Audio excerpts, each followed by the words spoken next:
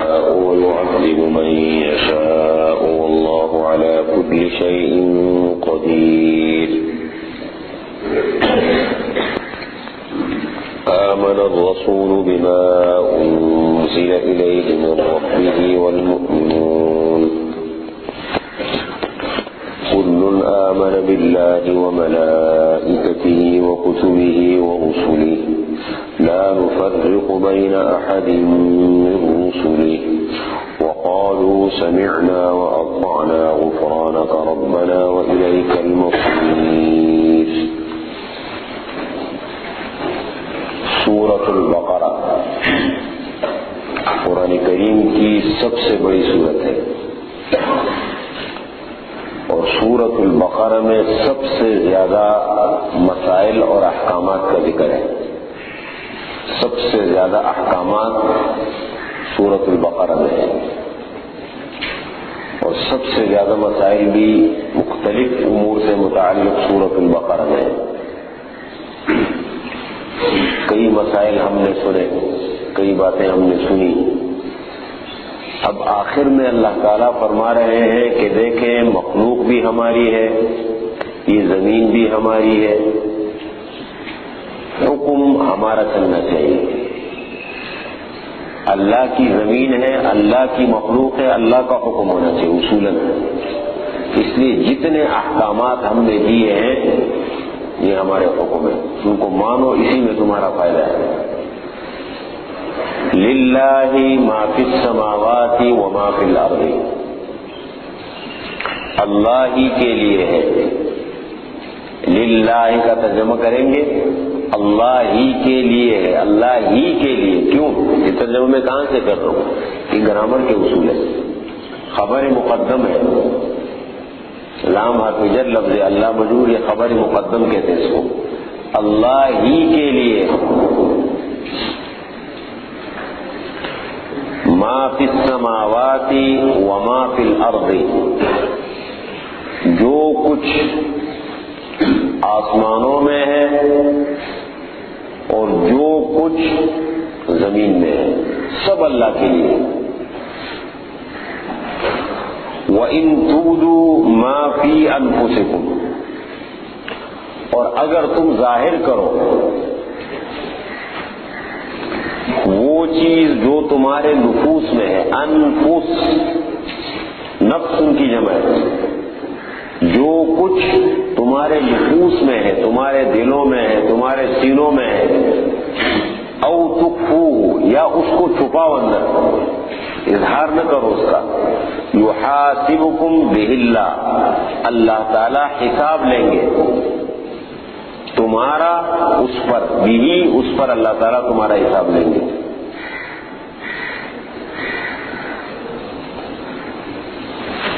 یہ آیت جب نازل ہوئی اس کا کیا مطلب ہے؟ تو صحابہ کرام کے دل میں خیال آیا کہ یا رسول اللہ یہ تو کوئی کام ہم کریں، کوئی بات ہم کہیں وہ تو بات سمجھ میں آتی، لیکن دل میں جو وسوسے آتے ہیں تو وسوسوں پر اگر ہمارا مواخذہ شروع ہو گیا، ہماری پکڑ شروع ہو گئی، پھر تو مسئلہ بڑا خطرناک ہو جائے گا. اس لیے کہ کوئی بھی انسان ایسا نہیں ہے جس کو وسوسے نہ آتے ہو سوائے انبیاء کے. انبیاء تو بڑے صاف ستھرے دماغ والے، معصوم ہو گئے، بات ختم ہو گئی نا. انبیاء کی بات تو بیچ میں لانی بھی نہیں چاہیے. لیکن عام انسان کو لے لیں آپ، باقی تو کوئی بھی انسان ایسا نہیں ہے جس کو وسوسے نہ آتے ہوں. یہ تو اللہ تعالیٰ دیکھو ستار العیوب ہے، غفار ہے، ستار ہے. کتنے بڑے بڑے پردے اللہ نے رکھے، ورنہ ہر انسان اپنی حقیقت کو جانتا ہے. ہم کیا چیز ہیں؟ ہم سب ہے. لیکن اللہ نے بنایا ہی انسان کو ایسا ہے، کچھ چیزوں میں پابند بنایا ہے، کچھ چیزوں میں اللہ تعالیٰ نے بہت چھوٹ دیے، لیکن معلوم ہے اللہ تعالیٰ کو.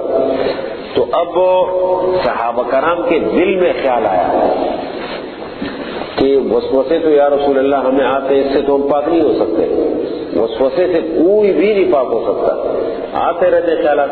البتہ فرق اتنا ہوتا ہے کہ ہر آدمی کو اس کی سوچ کے مطابق اور اس کے درجے کے مطابق آتے ہیں. بڑا آدمی ہے، کوئی متقی پرہیزگار ہے، اس کو بہت کم آتے ہوں گے. غلط خیالات نہیں آتے ہوں گے، لیکن وسوسے تو آتے ہیں نا ہر کسی کو، انسان کی فطرت میں ہے یہ چیز۔ اللہ تعالیٰ نے طبیعت میں بات چیزیں ڈالی ہے تو اس پہ مواخذہ ہوگا۔ تو اللہ تعالیٰ نے یہ اگلی آیت نازل فرمائی، لا یکلف اللہ نفسا الا وسعها، ہم تکلیف نہیں دیتے کسی نفس کو مگر اس کی طاقت کے مطابق، مکلف نہیں کرتے۔ جو چیز تمہارے اختیار میں نہیں ہے، تمہاری طاقت میں نہیں ہے، اس پر اللہ تعالیٰ تمہارا مواخذہ نہیں کریں گے۔ ایک بات، ایک مسئلہ ہوگا۔ دوسری بات یہ ہے، خیالات دو قسم کے ہوتے ہیں، ایک ہے خیال کا آنا اور ایک ہے خیال کا لانا، فرق ہو جاتے ہیں۔ کبھی کبھی انسان بیٹھ کے خود سوچ کے خیالات لاتے ہیں، غلط خیالات میں فرق ہوتا ہے نا، اور ایک ہے خود بخود خیالات آ جائے، بس جب یاد آ جائے چھوڑ دے اس کو۔ یہ چیز ہے خیالات کا لانا، خیالات کا آنا، آپ حضرات بہت بہتر جانتے ہیں فرق ہے۔ اسی طریقے سے ایک ہے خیال کا آنا خیال کے درجے تک، وسوسہ، اور ایک ہے خیال کا آنا عزم کے درجے تک، فرق ہے۔ ایک خیال آتا ہے، وسوسہ آتا ہے، خیال کے درجے تک اگر خیالات آتے ہیں انسان پر چلے جاتے ہیں، اور ایک خیال اس انداز میں ہے کہ وہ عزم کے درجے تک پہنچ گیا کہ خیال آیا اور آپ نے اس پر مزید سوچنا شروع کر دیا، اور باقاعدہ اندر سے دل نے، نفس نے آواز بھی دی کہ ایسا موقع ہو مجھے تو میں یہ کام ساتھ کر بھی لوں، ہے نا۔ بعض خیالات آتے ہیں وہ انسان کو پکڑ لیتے ہیں اس قسم کا، تو اس پر ہے مواخذہ۔ ہر ایسا خیال جو انسان خود لائے گا اس پر مواخذہ ہے، خود بیٹھ کے لائے گا۔ ہر ایسا خیال جو آ جائے اور انسان اسے عزم کا درجہ دے دے، خیال آنے کے بعد آپ نے اسے عزم میں تبدیل کر دیا۔ عزم کے معنی پکا ارادہ، ایک ہے ارادہ اور ایک ہے عزم، دو الفاظ ہیں۔ تو ارادہ مطلب یہ خیال آیا، اور ایک ہے عزم، پکا آپ نے اس پہ باقاعدہ جو ہے نا وہ پکا سوچ لیا اس میں، تو یہ پھر وہ چلا جاتا ہے اس میں۔ اس لیے حضور صلی اللہ علیہ وسلم فرماتے ہیں، ان اللہ تجاوز عن امتی عما حدثت انفسها ما لم يتکلموا او يعملوا به، کہ اللہ تعالیٰ نے میری امت کے دل میں آنے والے خیالات سے یا وسوسوں سے تجاوز کیا ہے، درگزر کیا ہے۔ خیالات پر، وسوسوں پر اللہ تعالیٰ میری امت کو نہیں پکڑیں گے جب تک کہ وہ اس پر عمل نہ کرے، یا جب تک کہ وہ اس کو کرے نہیں۔ زبان سے نہ کہے ما لم یتکلموا به، اگر زبان سے متعلق بات تھی زبان سے کہہ ڈالی، عمل سے متعلق بات تھی عمل سے کر دیا اس کو، اگر ایسا کیا پھر تو مواخذہ ہے۔ اور اگر صرف خیال آیا چلا گیا، سب کو آتے ہیں، لوگ کہتے ہیں نا یار ہماری نماز میں خیالات آتے ہیں، میری نماز میں بھی آتے ہیں۔ مسئلہ اگر ایک آدمی کو معلوم ہو وہ کبھی پریشان نہیں ہوگا۔ سب سے بڑی کمزوری ہماری یہ ہے کہ ہمیں مسائل کا پتہ نہیں ہے، یہی مسائل کا، ورنہ مسلمان کو مسائل کا پتہ لگ جائے نا بڑے مسئلے حل ہو جاتے ہیں۔ اس لیے تو حدیث میں حضور صلی اللہ علیہ وسلم فرماتے ہیں کہ فقیہ واحد اشد علی الشیطان من الف عابد، ایک فقیہ دین کی سمجھ رکھنے والا صحیح، وہ شیطان پر 1000 عابدوں سے بھاری ہے۔ کیوں ہے؟ وہ سمجھتا ہے دین کو، وہ ایسی غلطی کبھی نہیں کرے گا۔ عبادت سے ٹھیک ہے بہت بڑا وہ ہے، لیکن اصل جو اللہ تعالیٰ کے ہاں معیار ہے نا وہ علم ہے، اتنا علم ہو اس کے مطابق ہو تو بڑا فائدہ ہوتا ہے۔ اس لیے کیا کہتے ہیں اس کو، کیا بات کر رہا تھا، یہ بڑی چیز ہے۔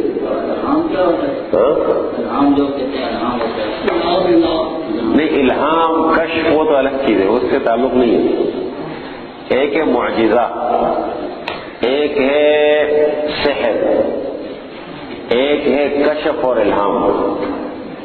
معجزہ نبی کے ساتھ مخصوص ہے. الہام اللہ تعالیٰ کا کوئی خاص بندہ اور ولی ہو, اللہ تعالیٰ کی طرف سے جو القاء ہوتا ہے, کچھ باتیں اللہ تعالیٰ دل میں ڈالتے ہیں, وہ تو اللہ کے ولی کے لیے ہوتا ہے, وہ الگ چیز ہے. اس کا وہ الگ چیز ہے. خیال الگ چیز ہے. خیال تو اچھے بھی ہو سکتے ہیں, برے بھی ہو سکتے ہیں. ہاں بات میں یہ کر رہا تھا, آپ یاد دلا رہے. اچھا ہو یہ بات چھیڑی تھی. نماز ہم پڑھتے ہیں, نماز میں خیالات آتے ہیں. آپ نے دیکھا ہوگا مختلف قسم کے خیالات آتے ہیں, اور نماز میں ہی خیالات آتے ہیں. نماز میں خیالات نہیں آتے بلکہ نماز ہی میں. کیوں؟ نماز ایک ایسا عمل ہے کہ انسان جب اللہ اکبر کہہ کے کھڑا ہو جاتا ہے تو اتنا ایک یکسوئی کا ماحول ہوتا ہے کہ ایسے وقت میں خیالات انسان کی طرف متوجہ ہو جاتے ہیں. سمجھ رہے ہیں؟ جتنا انسان یکسو ہوگا, میں آپ کو بتاؤں, دیکھیں دو موقع ایسے ہیں. ایک بیت الخلا, اس کو بیت الخلا کیوں کہتے ہیں؟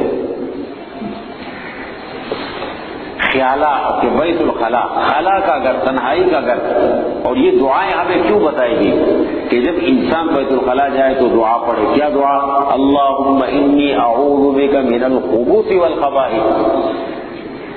خبوث والخبائث کے مطلب جتنے غلط خیالات ہیں یا جتنے شر فتنے, اس سے مجھے محفوظ فرما دے. کیوں ہے؟ اس لیے کہ بیت الخلا ایسی جگہ ہے کہ انسان جو ہے نا وہ وہاں خیالات آنے سے, یہ غیر اختیاری. جتنا انسان یکسو ہوگا, تنہائی میں ہوگا, اتنے خیالات زیادہ متوجہ ہوں گے, متوجہ ہوتے ہیں خیالات. اسی طریقے سے نماز کا عمل ایسا عمل ہے کہ انسان جب نماز میں داخل ہوتا ہے تو انسان اتنا یکسو ہو جاتا ہے کہ بسا اوقات وہ بھولی ہوئی چیزیں زندگی میں ہوتی ہیں نا, تو ہاں وہ یاد آ جاتی ہے, متوجہ ہو جاتی ہے. یہ ہوتا ہے. یہ مسئلہ اللہ کہ میں نے ایک سجدہ کیا ہے, دو سجدے. نہیں, وہ الگ مسئلہ ہے, اس کو ابھی نہیں, اس کو بتاتا ہوں, وہ الگ ہے. ابھی نماز میں خیالات آتے ہیں, ٹھیک ہے. اب نماز میں خیالات اگر آتے ہیں خود بخود, نماز پہ کوئی اثر نہیں پڑتا. آپ کی نماز پہ کوئی اثر نہیں پڑے گا. نماز جاری رکھے, خیالات کو چھوڑتے جائے, بس جیسے یاد آتے جائے خیال کو چھوڑے, اپنی نماز جاری رکھے. اور اس کے بجائے الفاظ پر غور کرے. تو نماز کا طریقہ ہے کھڑے ہونے کی حالت میں سجدے کی جگہ پر پوری توجہ نگاہیں رکھے, رکوع میں انگوٹھوں پر نظر رکھے, اسی طریقے سے سجدے میں ناک کو دیکھے, قاعدے میں جھولی کو دے کے نیچے. اس طریقے سے یہ جو ظاہری طریقہ بتایا اور اس پر عمل کرے. باقی اگر خیالات آتے ہیں نماز پر کوئی اثر نہیں پڑتا.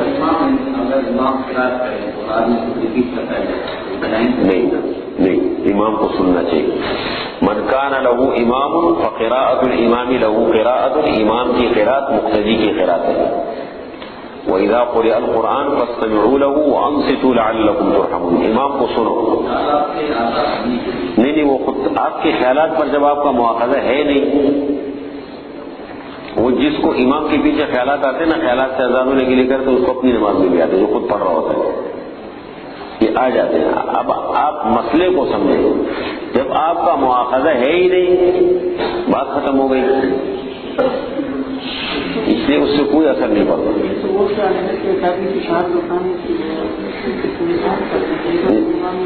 ہاں بالکل سمجھ گئے. یہ ہے ایک خیال کا آنا, ایک خیال کا لانا, ایک عزم کے درجے تک اس کو پہنچانا.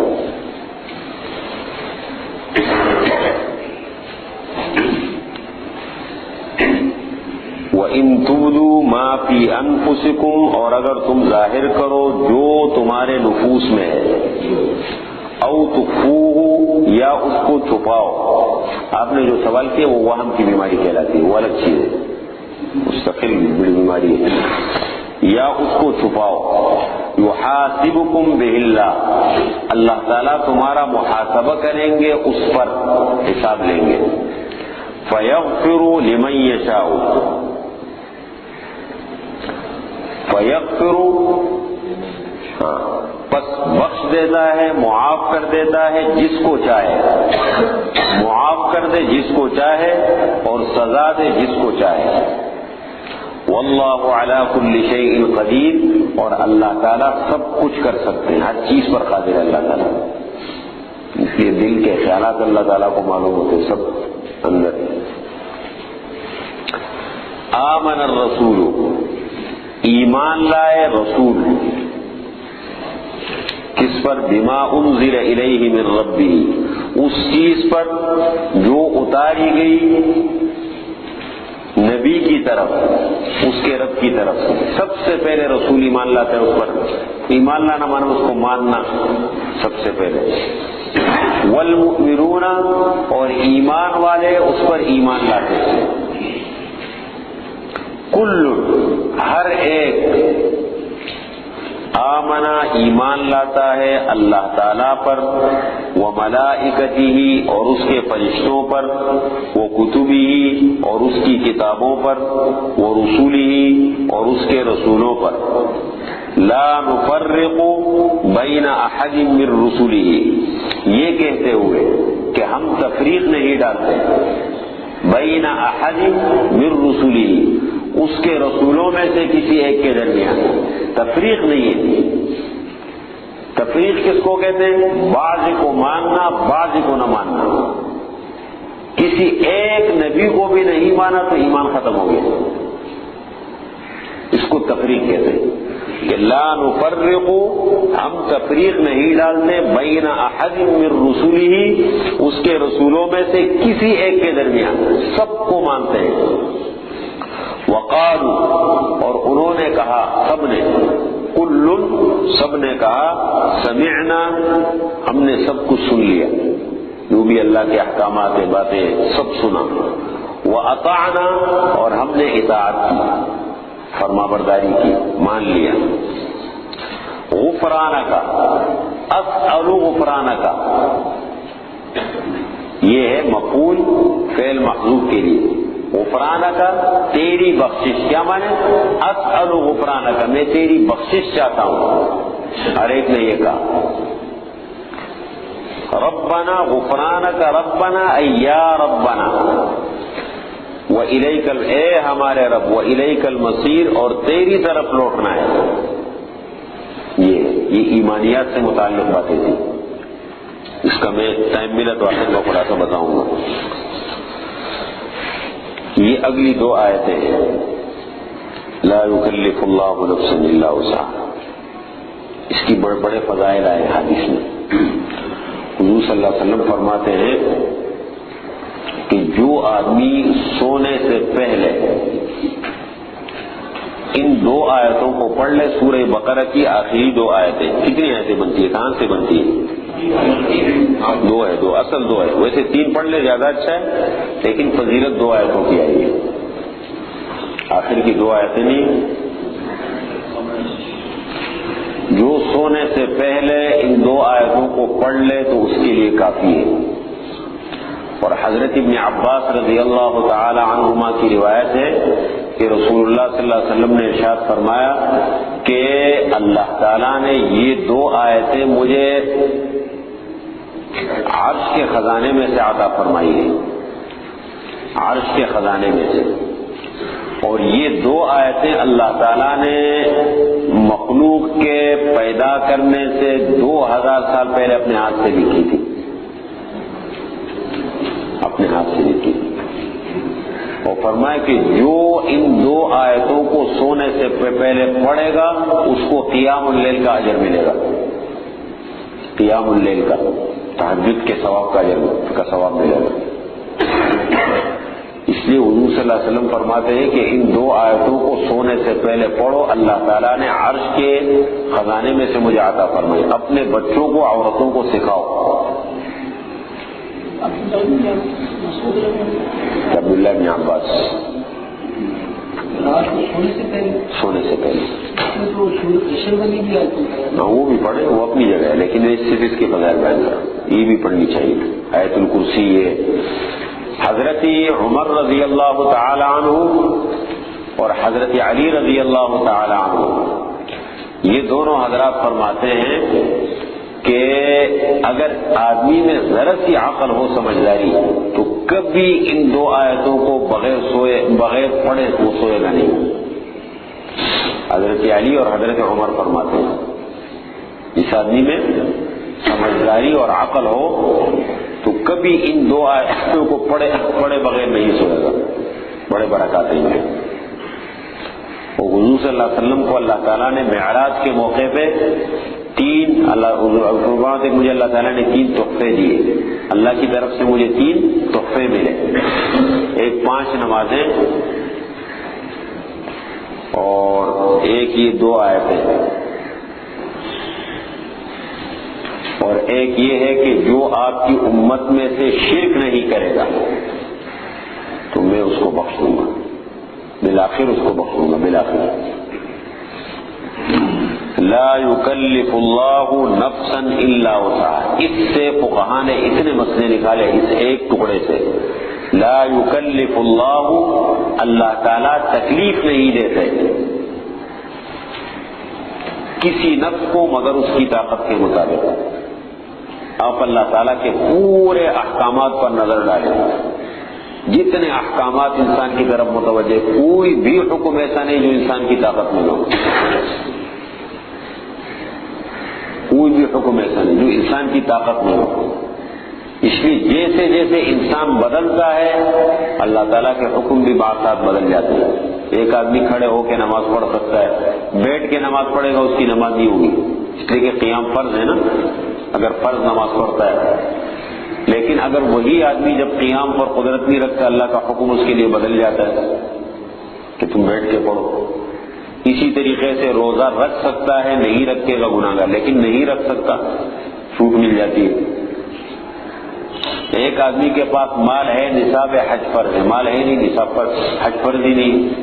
دیکھیں غریب کے لیے بعض چیزوں میں، لیکن نماز ہے اس کی وہ نوعیت الگ الگ ہے۔ کوئی بھی حکم طاقت سے باہر کا نہیں ہے، انسان سوچے لا یکلف اللہ نفسا الا وسعہا، اللہ تعالیٰ تکلیف نہیں دیتے کسی نفس کو مگر اس کی طاقت کے مطابق۔ اسی طریقے سے معاملات میں لے لیں، وہ معاملات جو ہمارے اختیار میں نہیں ہے، قانون آ کے ہمیں مجبور کرتا ہے۔ بعض جگہوں میں ہمارا اپنا حال کاروبار کی نفسی ہی حلال ہے، میں نے ایک حلال کاروبار شروع کر دیا، بالکل ٹھیک کاروبار ہے، حلال ہے، لیکن بعض رکاوٹیں ایسی آ گئی جو میرے اختیار میں نہیں ہے۔ اگر میرے اختیار میں ہوتی تو میں ان کو دور کرتا، لیکن میرے اختیار میں نہیں ہے، قانونی ہے یا کہیں خارجی ہے، اس سے کاروبار متاثر نہیں ہوتا۔ جو اختیار میں نہ ہو، مثال کے طور پر آپ کی طاقت ہی نہیں، آپ اس کے بغیر چل نہیں سکتے۔ رشوت تو دیکھیں آپ حتی الامکان بچیں اس سے، آپ تو حتی الامکان بچے، لیکن آپ نے بالکل حلال کاروبار شروع کر دیا، آپ کے ملک کا نظام قانون ایسے بن گیا کہ ملک کے نظام نے آپ کو بالکل جگڑ دیا، مجبور کر دیا، اب آپ کے اختیار میں نہیں، کاروبار تو آپ کا حلال ہے لیکن قانون آپ کو مجبور کرتا ہے، اب اس کے بغیر آپ کا کام آگے چلتا نہیں۔ تو آپ مجبوری میں استغفار کرے اس پر کہ گناہ تو ہے لیکن آپ کے اختیار میں نہیں۔ دینے والا دونوں جہنمی تو ہے، لیکن اختیار میں اگر آپ وہ لینے والا دینے والا تب ہے۔ دیکھیں اسلامی احکام کو تھوڑا سا سمجھنا چاہیے، بسا اوقات الفاظ میں ہم الجھ جاتے ہیں نا، اس سے بڑے مسئلے خراب ہو جاتے ہیں۔ فاسألوا اہل الذکر ان کنتم لا تعلمون، اگر کسی چیز کے بارے میں پتہ نہ ہو تو علماء سے جا کے پوچھو، یا اس جو شعبے کے لوگ ہیں ان سے جا کے پوچھو، پوری تحقیق کر کے اس کے بعد۔ صرف ظاہری حالات دیکھ کر کے کبھی فیصلہ مت دو، فتویٰ دینا بہت بڑی ذمہ داری ہے، بہت بڑا مسئلہ ہوتا ہے، اس لیے کہتے ہیں کسی پر کفر کا فتویٰ لگانا بہت بڑی ذمہ داری ہوتی ہے، معمولی مسئلہ نہیں ہے۔ تو اس میں یہ ہے کہ الراشی والمرتشی کلاہما فی النار، راشی اور مرتشی، لینے والا دینے والا دونوں جہنمی۔ وہ تب ہے کہ دونوں کا ارادہ اس میں وہ مطلب ایسا کہ دونوں کا اس میں وہ ہے کہ بھائی آپ مجھ سے یہ لے میرا کام کروا دو، جیسے آج کل اداروں میں کرواتے اپنے کام بڑے لوگ جا کے رشوت دیتے ہیں اور کہتے ہیں بھائی اتنے پیسے دے دو میں آپ کا کام کروا دوں، ٹھیک ہے بھائی کتنے پیسے لوگے بھائی میرا کام کر لوگے وہ اتنے، یہ تو آپ خود جا کے دیں۔ اور ایک یہ ہے کہ آپ کا کام بالکل ٹھیک ہے، آپ نہیں دینا چاہتے لیکن وہ کہتے اگر آپ نہیں دو گے میں آپ کا کام نہیں کروں گا، سمجھ رہے نا، فرق ہو گیا، اس کے بغیر آپ کا کام چل ضروری ہے وہی کام کو کرے دیکھیں ایک آدمی بہت بڑا مشکل ہوتا ہے، اس کو تھوڑا سمجھنے کی ضرورت ہے۔ اصل میں ان میرے الفاظ کو دیکھیں، ایک بات سنیں، آپ حضرات ذرا توجہ کے ساتھ ایک بات سنیں، کبھی عالم مسئلہ بیان کر رہا ہو یا کوئی بھی مفتی، تو اس مسئلے میں اگر آپ کو شک ہو جائے، یہ اصول میں آپ کو سمجھا رہا ہوں، ابھی مسئلے کی تفصیل میں نہیں لے جا رہا کیونکہ آج سبق کا میں ذرا تھوڑا سا میں کہتا ہوں اس قسم کے مسائل اگر آ جائیں تو جب تک مسئلے کی تہ تک نہ پہنچے اس کو آگے خود شک میں مبتلا ہے، آگے جا کے اس کو بیان کر رہے ہیں، اس سے معاشرے کے اندر بدگمانی پھیلتی ہے، سمجھ رہے ہیں؟ جیسے انہوں نے یہ حدیث بیان کر دی ابھی، تو دیکھو حدیث کے الفاظ تو یہ کہتے ہیں، لیکن حدیث کے الفاظ کا مطلب جو آپ لیکن اللہ فرمائے لا یکلف اللہ نفسا الا وسعها، آپ کے اختیار میں نہیں، آپ کو پکڑ لیا، کیا کرو گے، مجبوری ہے۔ تو ان مسائل کو سمجھنے کے لیے ایک تو مسئلے کی تہ تک پہنچنے کی کوشش کریں۔ اب مثال کے طور پر تکبر ہے، کتنا بڑا جرم ہے نا، اللہ سے ایک بغاوت ہے، سب سے بڑا گناہ تکبر ہے، یعنی ایک آدمی براہ راست اللہ کے مقابلے میں آتا ہے، لیکن حضور صلی اللہ علیہ وسلم فرماتے ہیں کہ دو موقعوں پر اکڑ کے چلنا اللہ کو بڑا پسند ہے۔ ایک جہاد کے موقع پر جب دشمن کے مقابلے میں نکلتا ہے، اور ایک جب طواف کرتا ہے اور وہ سینہ تان کے چلتا ہے، اللہ کو پسند ہے، آپ صلی اللہ علیہ وسلم کی سنت ہے۔ اور دوسری طرف آپ صلی اللہ علیہ وسلم نے فرمایا کہ حضرت ابو دجانہ نکلے اس کے میدان میں، احد کے میدان میں، اور بڑا اکڑ کے چل رہے تھے۔ حضور صلی اللہ علیہ وسلم نے صحابہ سے فرمایا کہ یہ چلنا اللہ کو پسند نہیں ہے، لیکن اس موقع پر اللہ تعالیٰ فرشتوں کے سامنے فخر کرتے ہیں جب اللہ کا بندہ کرتے، تو کوئی نوعیت بدل گئی نا مسئلے کی۔ تو اسی طریقے سے جھوٹ بولنا کیا ہے، بہت بڑا گناہ ہے، گناہ کبیرہ ہے، لیکن حدیث میں آیا ہے بعض لوگوں کو جھوٹ پر ثواب بھی ملتا ہے۔ دو انسانوں کو، مسلمانوں کو جوڑنے کے لیے صلح کرائی آپ نے، اور آپ نے جھوٹ بولا بیچ میں، اس لیے کہ آپ اپنے مقصد کے لیے تو جھوٹ نہیں بول رہے نا، اپنے مقصد کے حصول کے لیے آپ نے جا کے اس کو کہہ دیا، کوئی دو انسان غلط فہمی پھیلا رہے تھے، اور آپ نے جا کے اس کو کہہ دیا بھائی خواہ مخواہ تم نے اپنا جو ایک ذہن بنا رکھا ہے، تم نے تمہاری کہ وہ تمہارے بارے میں کب کہا ہے، میں نے تو اس کے پاس گیا، اس کا موقف سنا، اس نے کبھی یہ بات نہیں کہی، پھر ان کے پاس گیا، ان سے کہا بھائی دیکھو بالکل انہوں نے کبھی یہ بات نہیں کہی، وہ تو آپ کے بارے میں بڑا اچھا حسن ظن رکھتے، اور اس طریقے سے دونوں کو ملا دیا اور جھوٹ بولا پیچھے۔ یہ چیزیں ہوتی ہیں، مسئلے کی پوری نوعیت کو ہمیشہ سمجھا کریں ایک بات، اور اگر سمجھ میں نہ آئے کہیں شک شبہ رہ جائے ہمیشہ پوچھا کریں مسئلے کو۔ ابھی میں یہ نہیں کہہ رہا ہوں، ابھی میں نے مسائل نہیں چھیڑے، ایسا نہ ہو آپ ان مسائل کو لے جا کے ہاں میں تفسیر پڑھتا ہوں، میں نے یہ سنا ہے، بیان کرنا شروع کر دیں۔ ہاں بڑا کبھی کبھی کتنا پھیلتا ہے بات چیزوں سے، چھوٹی چھوٹی باتوں سے کتنا پھیل جاتا ہے۔ مسئلے کو اچھی طرح سمجھا کریں، جب اطمینان قلبی ہو جائے اس کو آگے بیان کریں۔ لا یکلف اللہ نفسا الا وسعها، اللہ تعالیٰ تکلیف نہیں دیتا، لا یکلف مکلف نہیں کرتا، لا یکلف پابند نہیں کرتا کسی نفس کو الا وسعها مگر اس کی طاقت کے مطابق، گنجائش کے مطابق، لہا ما کسبت اس نفس کے لیے ہے جو اس نے کمایا، یعنی جو اس نے اچھے کام کی اس کو اس کا اجر ملے گا، لہا اس نفس کے لیے، نفس کا لفظ جو ہے نا یہ عربی میں مؤنث ہے، مؤنث سماعی ہے، اس لیے لہا ہا کی ضمیر لوٹا رہے ہیں، لہا اس نفس کے لیے ہے ما کسبت جو اس نے کمایا ہے، یعنی جو بھی اچھے کام کیے ہیں دنیا میں اس کا اجر اس کو ملے گا، وعلیہا مکتسبت اور اس نفس پر ہے، علیہا کیا معنی، علیہا اس نفس پر ہے، اس کے اوپر ہے، مکتسبت جو اس نے کمایا، یعنی جو اس نے غلط کام کیا اس کا وبال اس پر پڑے گا، بوجھ، لہا اس کا اجر اس کے لیے ہے، علیہا اس کا بوجھ اس پر ہے برے کاموں کا۔ ربنا یہاں پر محذوف ہوتے یا حرف ندا، یا ربنا، اس لیے کہ یا آخر کو زبر لگا ہے، طریقے سے بنا تو زبر تو کچھ علامت تو ہے نہیں، تو یا حرف ندا محذوف ہے، یا ربنا اے ہمارے رب، لا تؤاخذنا ہمارا مؤاخذہ نہ فرما، ہماری پکڑ نہ فرما، ان نسینا اگر ہم بھول جائے او اخطأنا یا ہم غلطی کر جائے، اس پر ہماری پکڑ نہ کرو. دعا ہے، دیکھو دعا مانگ رہے، اس لیے کہ غلطیاں بھی ہوتی ہے، بھول بھی جاتے انسان کس سے؟ انسان کا ایک وہ یہ ہے کہ یہ نسیان سے، انسان کی ایک وہ تعریف یہ کہ انسان کا مادہ کس سے؟ نسیان سے. نسیان کے معنی بھول جانا، بھول جاتا ہے. ایک ہے نسیان اور ایک ہے خطا، دونوں میں کیا فرق ہے؟ امام ابو حنیفہ رحمۃ اللہ علیہ فرماتے ہیں کہ دونوں میں فرق ہے. کیا فرق ہے؟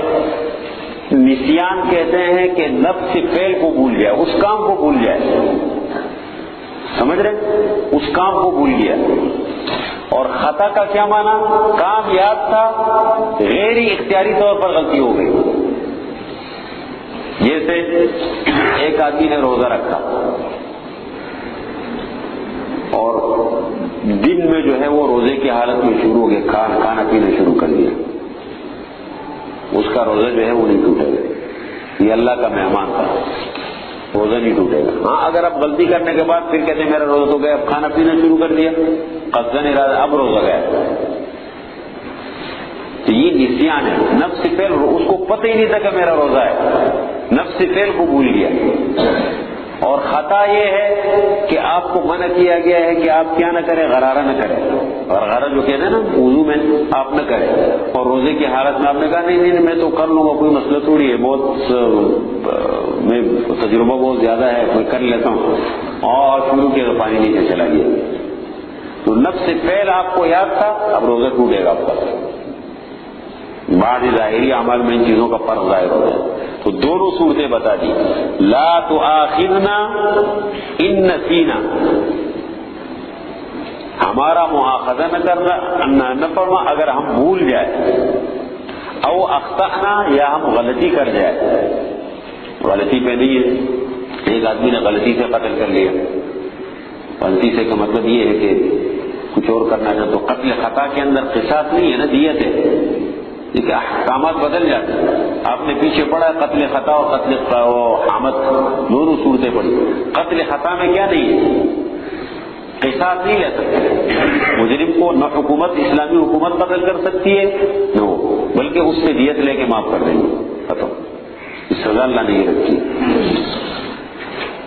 ربنا اے یا ربنا، اے ہمارے رب، ولا تحمل علینا اصرا، اور نہ ڈال ہم پر بوجھ.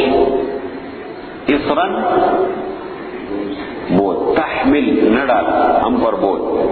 کما حملتہ علی الذین من قبلنا، جیسے کہ آپ نے ڈالا تھا بوجھ ان لوگوں پر جو ہم سے پہلے تھے، ہم سے پہلے لوگوں پر ڈالا تھا. کیا؟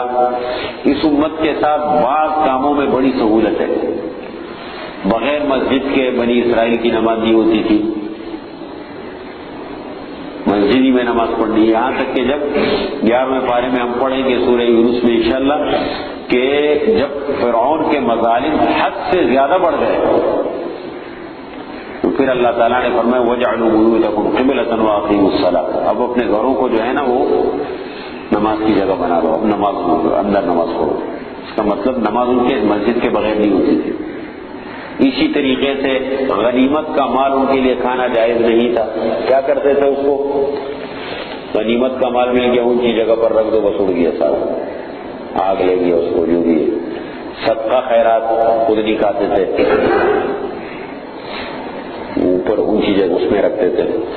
نجاست لگ جائے کپڑے پہ کاٹو اس کو. اس قسم کی سختیاں تھی، بہت ساری چیزیں تھی. ہر امت کی الگ الگ وہ ہے. اس امت کے ساتھ اللہ تعالیٰ کی بڑی، حضور صلی اللہ علیہ وسلم فرماتے مجھ پر اللہ تعالیٰ نے بڑے، ایک یہ کہ پوری زمین کو میرے لیے مسجد بنا دی، پوری جہاں دل چاہو بس پاک جگہ ہو نماز پڑھ لو.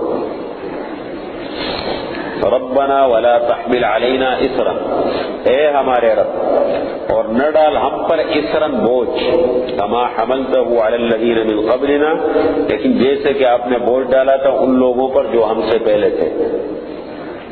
ربنا، اے ہمارے رب، ولا تحملنا، اور نہ اٹھوا ہم سے، حمل یحمل تحمیل، دیکھو پہلے ولا تحمل تھا، اب ولا تحمل ہے، باب بدل گئے، اور نہ اٹھوا ہم سے، وہاں ہے نہ ڈال، اور یہاں کیا ہے نہ اٹھوا ہم سے وہ چیز ما لا طاقت لنا بھی، جس کی ہم میں طاقت نہیں ہے، ایسا کام ہمارے ذمہ نہ ڈال، ایسے کام کا مکلف ہمیں نہ بنا پابند جو ہم نہ کر سکے۔ واعف عنا، درگزر فرما ہم سے، واغفر لنا، بخش دے ہمیں، کیا فرق ہے درگزر فرما بخشنے میں؟ تو ایک ہی فرق، اس کا علماء فرق یہ کرتے ہیں مفسرین، واعف عنا ہمارے صغیرہ گناہوں کو معاف فرما دے، واغفر لنا ہمارے کبیرہ گناہوں کو بھی معاف فرما دے، تو بڑے گناہ ہم نے کیے سب معاف فرما دے۔ یا بعض ترجمہ اس کا الٹ بھی ملے گا، اس لیے کر رہا ہوں کہ ایسا نہ تفسیر میں کوئی دیکھ لے کہ کسی تفسیر میں یہ لکھا ہے دونوں، بہرحال دونوں میں سے ایک ہے، واعف عنا ہمارے صغیرہ گناہوں کو معاف فرما دے، واغفر لنا ہمارے کبیرہ گناہوں کو معاف فرما دے۔ بعض حضرات نے کہا کہ واعف عنا ہمارے کبیرہ گناہوں کو معاف فرما دے، واغفر لنا ہمارے صغیرہ کو، لیکن مطلب دونوں کا یہی ہے، ایک سے صغیرہ ایک سے کبیرہ۔ وارحمنا، اور ہم پر رحم فرما دے، انت مولانا، آپ ہی ہمارے آقا ہیں، انت مولانا، فانصرنا، بس ہماری مدد فرما دے، علی القوم الکافرین، کافر قوم کے مقابلے میں۔ کتنی اچھی دعا ہے، دیکھیں یہ تو یاد ہونا چاہیے سب کو، اور ان دو آیتوں کو یاد کر لیں اور اس کو جو ہے نا معمولات میں ڈال لیں، اپنے معمولات میں۔ آمد رسول نے پورا رکوع یاد کر لیا، اچھا ہے آخر کا رکوع ہے نا، جیسے آیت الکرسی جو ہے وہ تو ہے ایک آیت ہے، لیکن کہتے ہیں کہ اس کے ساتھ اگلی دو آیتوں ملا کر کے خالدون تک یاد کر لیں۔ اسی طریقے سے اس میں یہ پورا رکوع یاد ہو جائے تو اچھا ہے، مکمل رکوع ہے نا بقرہ کا، وہ مکمل یاد ہو جائے، اور اس کو اپنے معمولات میں یہ کچھ عمل بھی ہونا چاہیے۔ ماشاءاللہ دیکھیں یہ ہماری سورہ بقرہ اختتام کو پہنچی، یہ سب سے بڑی سورت تھی اور سب سے مشکل سورت اس اعتبار سے تھی، احکامات ہے۔ میں تھوڑی سی نوعیت چونکہ ٹائم ہے آپ کو سمجھا دوں، ایک تو ہمارے پاس ایک گھنٹہ ہوتا ہے، میری بہت خواہش ہے کہ میں وہ چیزیں سکھاؤں آپ کو کہ جو بہت ہی ضروری ہے معاشرے میں، ضروریات دین کی وہ ضروری باتیں جس کا آج کل ہمیں پتہ نہیں ہے، لیکن اصل میں ہمارے پاس ہوتا ایک گھنٹہ ہے۔ پھر دوسرا بڑا مسئلہ یہ ہے کہ میرا حسن ظن یہ ہوتا تھا کہ یہ پڑھا لکھ کا زمانہ ہے، لوگوں کو بڑی مطلب یہ ہے بس تھوڑا سا بات کر لو لوگ سمجھ جاتے، لیکن میرے خیال میں بہت ساری چیزوں میں پڑھا لکھ کا زمانہ ہے، لیکن دین کے بارے میں جتنا ان پڑھ زمانہ یہ ہے نا، میرے خیال میں دین کے بارے میں ہم بہت کمزور ہیں۔ یعنی میں تو حقیقت بتاؤں ہمارے کلمے بھی کمزور ہے، کلمے کا تلفظ ہے، کلمے کے بارے میں بنیادی معلومات بہت کم میرے خیال میں نہیں ہوتا۔ اب کسی کو نہیں معلوم کہ کلمے کے اندر کتنے جز ہے، توحید کا کیا مطلب ہے، لا الہ الا اللہ، رسالت کا کیا مطلب ہے اس کو، اور پھر کلمے کا تلفظ آنا چاہیے، کلمے کا ترجمہ صحیح طریقے سے سمجھ میں آنا چاہیے، دوسرا کلمہ ہے توحید رسالت۔ اسی طریقے سے نماز کو لے لیں، باقی یعنی جتنا بھی دین کا مکمل وہ ہے نا، ہر چیز میں ہم بہت کم، خصوصاً ضروریات دین میں تو ہم بڑے کمزور ہیں۔ تو میری بڑی خواہش ہے کہ میں ضروریات دین کا ایک وہ کراؤں پروگرام، اور پھر سب سے بڑی بات میں نے کہا مسائل کے بغیر ہمارا کام حل نہیں ہوگا۔ جتنے مسائل ہمیں دیکھیں، مسائل کا جب تک پتہ نہ ہونا، اب دیکھیں نا اب تک مسلمان مستحبات میں پڑے ہوئے، عجیب سب سے زیادہ مسائل لوگ ہم سے کیا پوچھتے ہیں کہ مسائل ہے اگر یہ ہو گیا، اگر تھوڑا سا امام سے پہلے یہ ہو گیا، یہ کرنا چاہیے، مستحب اعمال کے آج تک فرائض کے بارے میں کسی نے نہیں پوچھا۔ اتنے بڑے بڑے ہم کریں، جنازے کی دعائیں ہمیں یاد نہیں ہوتی، کتنی ضروری دعائیں ہیں، جنازے کا طریقہ ہمارے اکثر مسلمانوں کو نہیں معلوم ہوتا، دعائے قنوت ہمیں یاد نہیں ہوتی، اس کا پڑھنا وتر میں پڑھنا واجب ہے، وتر کی نماز دعائے قنوت کا پڑھنا علماء نے فرض دے گئے۔ جو چیز فرض ہے اس کا سیکھنا بھی فرض ہے، اصول یہ جو چیز واجب ہے اس کا سیکھنا بھی واجب ہے، جو چیز سنت مؤکدہ ہے اس کا سیکھنا بھی سنت مؤکدہ ہے، جو سنت غیر مؤکدہ ہے اس کا سیکھنا سنت غیر مؤکدہ ہے۔ یہ احکامات اس حساب سے انسان کی طرف متوجہ ہوتے ہیں۔ تو یہ بہت ضروری چیزیں ہیں، لیکن اصل میں مسئلہ یہ ہے، یہ تو اس مرتبہ مجھ سے غلطی ہو گئی، آئندہ کبھی ایسی غلطی نہیں کروں گا، سال کا اعلان کبھی نہیں کروں گا، اب آئندہ میں آہستہ آہستہ پڑھاؤں گا، اور آئندہ کے لیے میں نے بہت تجربات کے بعد، اس لیے کہ میں کئی سال سے پڑھا رہا ہوں اور میں اللہ تعالیٰ سے مانگ رہا تھا کہ اللہ تعالیٰ مجھے سمجھا دے۔ میں نے اپنا پورا مشن مقصد کس کو بنایا؟ عوام کے اوپر محنت کرتا ہوں۔ حالانکہ میں مدرسے میں جا کے پڑھا ہوں، میں بڑی تدریس کر سکتا ہوں، بڑی بڑی کتابیں پڑھا سکتا ہوں، بہت اچھا الحمدللہ کام کر سکتا ہوں، حدیث کی کتابیں ہیں سب، لیکن میں نے اپنی زندگی کا مشن مقصد عوام کو بنایا، اس لیے کہ ان طبقوں میں ہمارے علماء کی طرف سے مضبوط رہنمائی نہیں ہے۔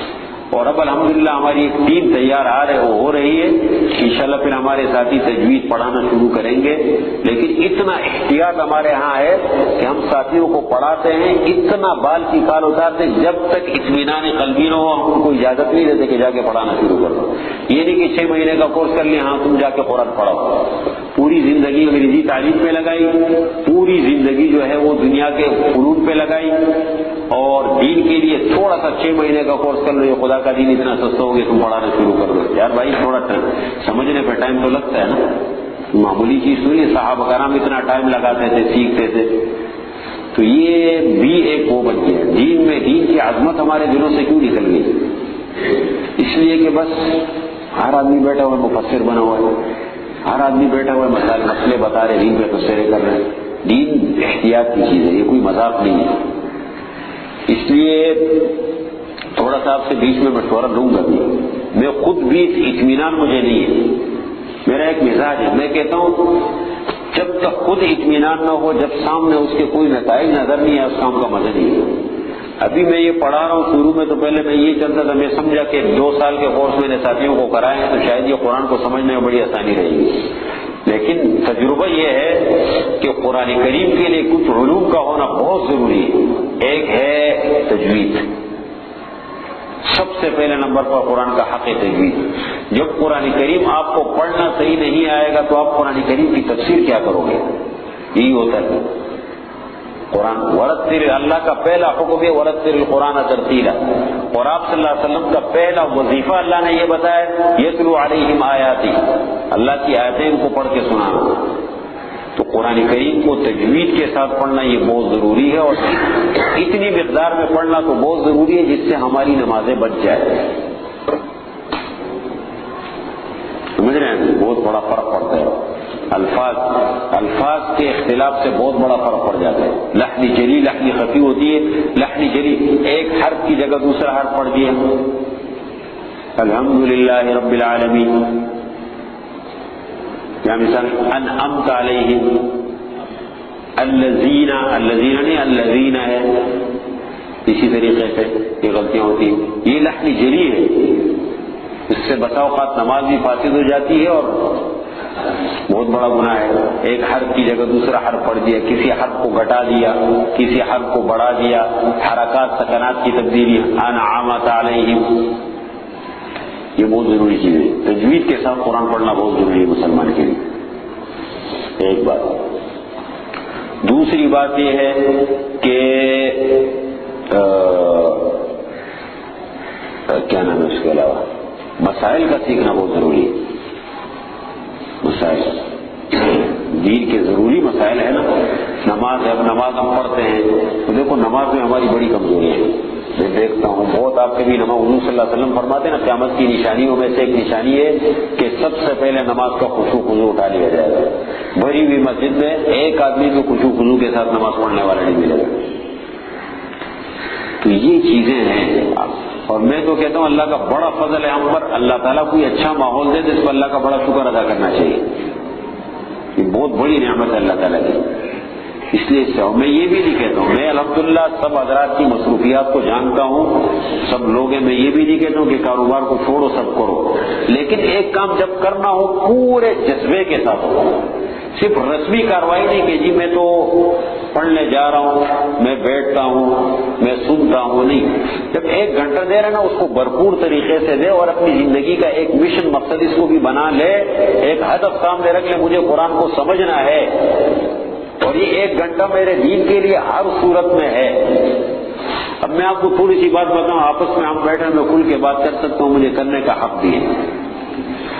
اب میں صبح جب آتا ہوں تو ہمارے ہاں گنتی کے لوگ ہوتے ہیں، اس کے بعد ساتھی آنے شروع ہو جاتے ہیں. تو یہ ایک ہماری عادت بن چکی ہے. اگر کسی آدمی کا عذر ہے تو اصول یہ کہتا ہے کہ وہ آ کے اپنا عذر بتا دے کہ میری یہ مجبوری ہے، میں بچوں کو اسکول لے جاتا ہوں، اسکول لانے کے بعد پھر میں یہاں آتا ہوں، عذر ہے.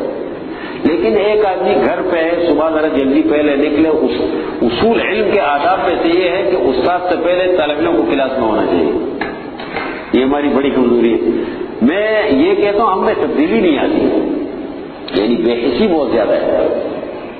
یہ ابھی الحمدللہ یہ وہ طبقہ بیٹھا ہے کہ جن کو اللہ نے معاشرے میں منتخب فرمایا ہے اپنے کلام کے لیے، اپنے دین کے لیے. آپ حضرات اللہ کا جو آپ کو اللہ نے منتخب کیا ہے بہت سارے لوگوں میں سے، لیکن آپ سے میں بات اس لیے کھل کے کر رہا ہوں کہ ہمارا آپس میں تعلق ہے، ہم کھل کے ایک دوسرے سے بات کریں گے بالکل. تو اس بنیاد پہ کہہ رہا ہوں کہ آپ منتخب لوگ ہیں. ایک بات، منتخب لوگوں کی یہ حالت ہو تو غیر منتخب لوگوں کی کیا حالت ہوگی، جن کو ابھی بیچاروں کو توفیق ہی نہیں ملی. اور پھر دوسری بات ہم سیکھیں گے تو ان بیچاروں کو ہم کیسے دعوت دیں گے، کیسے ان کو دین کی طرف. اس لیے کہ ایک چیز میرے عمل میں نہ ہو میری بات میں تاثیر نہیں رہے گی. آپ حضرات میں جانتا ہوں میں ادھر بیٹھ کے باتیں بڑی بڑی کروں اور میرا عمل اس کے خلاف ہو، میرے خیال میں دن بدن لوگ گھٹنے شروع ہو جائیں گے، کوئی بھی نظر نہیں آئے گا. عام آدمی جب پڑھاتا ہے لوگ اس کے عمل کو کم دیتے ہیں، لیکن مولوی کو تو لوگ باقاعدہ چیک کر رہے ہوتے ہیں. یہ چیزیں ہوتی ہیں. تو کہنے کا مقصد یہ ہے کہ کام کرنا ہے دل سے. اس لیے میں یہ جو بہت تیزی سے لے جا رہا ہوں اس کو مجھے خود بھی اطمینان نہیں ہے. میں کہتا ہوں کہ میں قرآن کے ایک ایک لفظ کو، ایک ایک حرف کو، ایک ایک چیز کو اتنی حد تک واضح کر دوں. اگر ہمارے پاس ٹائم ہوتا تو میں آدھا گھنٹہ پڑھاتا اور آدھا گھنٹہ میں ساتھیوں کو کہتا بیٹھ کے اس کو تھوڑا سا دوہرانا اس ماحول میں. اس لیے کہ یہاں سے نکلنے کے بعد پھر دنیا میں ہم اتنے وہ ہو جاتے ہیں مصروف کہ ہمیں ٹائم نہیں ملتا وقت دینے کے لیے. تو ان چیزوں کا تھوڑا سا خیال رکھنا ہے. اور دوسری بات یہ ہے نا، تبدیل ہونے کا فیصلہ ہمیں کرنا چاہیے. دنیا تبدیل ہو رہی ہے انشاءاللہ، اس سے پہلے ہمیں تبدیل ہونا چاہیے. یہ دنیا کے حالات اور دنیا کے واقعات سے میرے خیال میں ایک مسلمان کو متاثر نہیں ہونا چاہیے. اور آنے والا دور بہت بڑا خطرناک ہے. احادیث کی روشنی میں بات کر رہا ہوں. آنے والا دور بڑا خطرناک اس لیے ہے کہ ایمان جو ہے نا، ایمان کی حفاظت بہت بڑی چیز ہے. اور بے حس لوگوں جو ہوتے ہیں نا، مثال کے طور پہ بے حسی اور یہ چیزیں، یہ اس سے ایمان بڑا متضرر ہوگا آنے والے حالات میں. یہ جو آنے والے فتنے آ رہے ہیں، حالات، دنیا کا نقشہ بدلنے والا ہے، بڑی تیزی کے ساتھ بدلے گا، آپ دیکھیں گے انشاءاللہ. یہ بات میں احادیث کی روشنی میں کر رہا ہوں. اس لیے بدلے. اللہ تعالیٰ نے دیکھو ہم پر کتنا بڑا بدل کیا. الحمدللہ ہم محتاج نہیں ہے کسی چیز کے. اللہ نے اپنا کاروبار دیا ہے، اپنی ملازمت ہے، اپنا گھر ہے، اپنے بچے ہیں. الحمدللہ کسی چیز کی کمی نہیں. تو پھر اتنی غفلت اور لاپرواہی کیوں، سستی کیوں ہے؟ نماز کی پابندی کا اہتمام. بدلنے کا فیصلہ ہونا چاہیے. دنیا سے متاثر یہ نہیں کہ بھائی لوگ کیا کہیں گے کیا، پر بدلنا چاہیے. ختم ہے. جو چیز ہمیں حق نظر آئے ہمیں اس کی طرف چلنا چاہیے.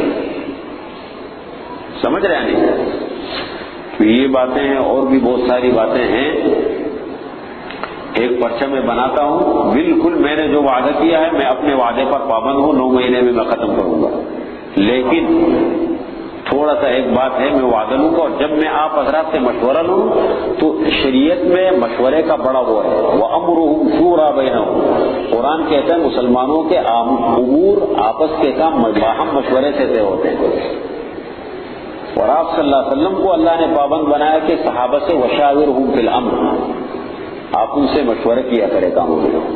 تو میں مشورہ لوں گا. اور جب آپ حضرات سے مشورہ لیے جائے، مشورہ لینے کا یہ مطلب نہیں ہوتا ہے کہ جیسے آپ کریں بس ٹھیک ہے. یہ مشورہ نہیں ہوا. یہ تو آپ نے مشورہ نہیں دیا. مشورہ اس کو کہتے ہیں، مشورہ کہتے ہیں دل کی جو بات ہے اس کا اظہار، اس کو مشورہ کہتے ہیں، سمجھ؟ اور جو دل میں ہو چاہے وہ 100% مخالف مشورہ ہو وہ دے دیا کرو. اس میں یہ نہ دیکھیں کہ نہیں یہ کروں گا تو یہ کیا، پر دل کی بات سامنے رکھو، اچھے انداز میں رکھو. تو آپ حضرات سے میں ایک مشورہ لوں گا، پرچہ تیار کر رہا ہوں، دوں گا آپ کو، دے دوں گا، آپ ایک دن اس پہ سوچیں اور بڑے خوبصورت مختصر الفاظ میں اس پر لکھ کے لائیں. میں یہ چاہ رہا ہوں کہ ابھی میں اعلان کروں نا، میرے پاس لوگوں کے اتوار کے دن یہ مسجد کشاکش بری ہوتی ہے آخر تک کورس میں سب ہوتا ہے، لیکن میں بڑے تجربات کے بعد اس نتیجے پہ پہنچا کہ آئندہ میں اپنے کام کی ترتیب یہ بناؤں گا کہ ایک اصول بناؤں گا. اصول بنانے کے بعد یہ میرے اصول ہیں، جو بھی میرے پاس پڑھنے آتے میں کہوں گا بھائی یہ ہمارے اصول ہیں، یہ ہماری ترتیب ہے، اس کے مطابق اگر آپ میرے پاس پڑھنا چاہتے ہیں، فائدہ حاصل کرنا چاہتے ہیں، میں بالکل آپ کو بھرپور طریقے سے کروں گا. اس لیے کہ مجھے ٹیم بنانی ہے، مسلمانوں کو تیار کرنا ہے، ان کو نہیں ہے کہ بھیڑ جمع کرنی ہے. بھیڑ میں یہ ہوتا ہے کہ پھر بس سلسلہ چلاؤ، بس گاڑی چلتی ہے تو چلاؤ. میں یہ نہیں کہتا، الحمدللہ اس بیٹھنے سے بھی بہت فائدہ ہو رہا ہے اللہ کے فضل سے. لیکن ایک دین کے ماحول میں بیٹھے ہوئے، قرآن کے سامنے بیٹھے ہوئے، مسجد میں بیٹھے ہوئے، الحمدللہ ہم اس پہ بھی اللہ کا شکر ادا کریں. نہ شکری کی بات نہیں کرتا ہوں میں، لیکن میں کہتا ہوں کام جب ہم کریں نا بہتر سے بہتر انداز میں کریں تاکہ اور زیادہ اچھا فائدہ ہو، یہ مقصد ہے. وہ تھوڑا سا حضرات جو ہے نا ان چیزوں کو، پھر یہ ہوتا ہے بہت تیز قدم بغیر ہے، میرا خیال میں ایک سمجھ میں آتا بھی ہے، یعنی بس ایک سال میں بھی بہت غریب ہے، اس وجہ سے بھی بہت بڑی بات ہے. نہیں وہ تو جائے گا، ہمیں ایک آئیڈیا ہو جائے، ایک سال میں بہت بڑی بات ہے، مناسبت پیدا ہو جائے. پھر ایک 9 مہینے کا کورس کر لیں گے، پھر وہ آخر دعوانا الحمدللہ. نہیں پھر 1 مہینے کا کورس کر لیں گے تو پھر بس ختم. پھر کہیں گے میں نے 9 مہینے کا کورس کیا، پھر نہیں آتے، بھاگ جاتے. اچھا صحیح ہے، چلے گا انشاءاللہ چلے گا. لیکن بہرحال بہتری کے لیے سوچیں گا کہ اچھا ہفتے کے دن کون ساتھی آ سکتے؟ 8 سے 9 آ سکتے ہیں. آپ 8 سے 9 ہمارا ہے کلاس کرتی، اگر آ سکتے ہیں سہولت کے ساتھ. بالکل نماز کا کورس کرواتا ہوں، پروجیکٹر پہ کرواتا ہوں، یہ پروجیکٹر لگا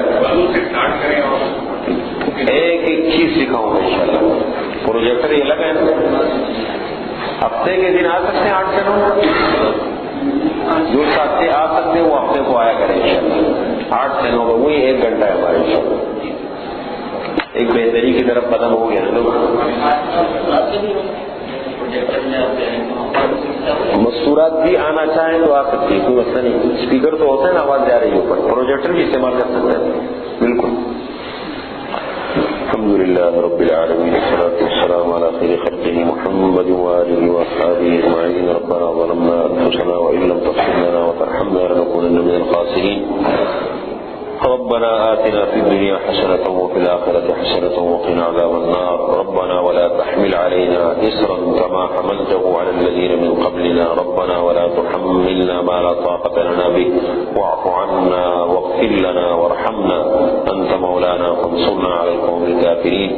ربنا ظلمنا أنفسنا وإن لم تغفر لنا وترحمنا لنكونن من الخاسرين. ربنا آتنا في الدنيا حسنة وفي الآخرة حسنة وقنا عذاب النار. لا إله إلا أنت سبحانك إني كنت من الظالمين. ربنا اغفر لنا ولإخواننا الذين سبقونا بالإيمان ولا تجعل في قلوبنا غلا للذين آمنوا ربنا إنك رؤوف رحيم. سبحان ربك رب العزة عما يصفون وسلام على المرسلين.